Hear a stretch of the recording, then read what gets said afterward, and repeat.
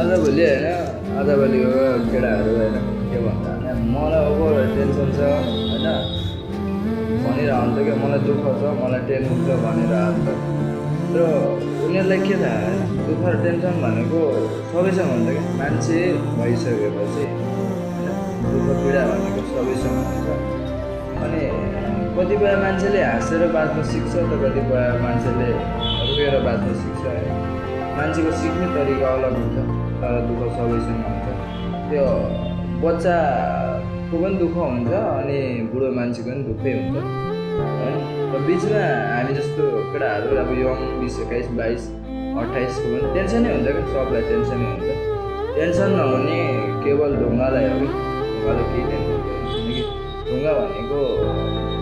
उयो हो नि त सास छैन नि त ढुङ्गाको ऊ चाहिँ अब निर्धक्क छ क्या उसलाई केहीको टेन्सन नै केहीको होइन अब हान भने आइया भने त राखे पनि मलाई लैजा भन्ने पुरा एउटै हुन्छ मान्छेमा होइन सबैसँग टेन्सन हुन्छ सबैले चाहिँ धैर्य गरेर निरन्तर रूपमा जान सिक्नुपर्छ अनि म चाहिँ त्यही हो हाँसेर बोल्न सिकियो भने दुनियाँ जित्न सकिन्छ होइन अब रोएर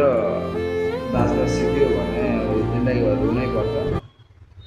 मेन कुरो पोइन्ट चाहिँ के नराम्रो हो भन्दाखेरि रिसाएर बाँच्न सिक्ने मान्छे चाहिँ गलत हुन्छ होइन यो 3 किसिमको मान्छेमा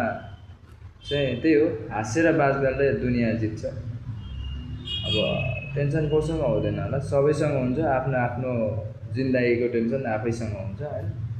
त्यो बाहेक अरू चिज पनि टेन्सन हुनसक्छ तर लाइफमा हाँसेर बाँच्न सिक्नु पर्यो होइन खुल्ला मान्छे बन्न सिक्नु पर्यो त्यसैमा आफ्नो लाइफ चाहिँ बस्नेछ है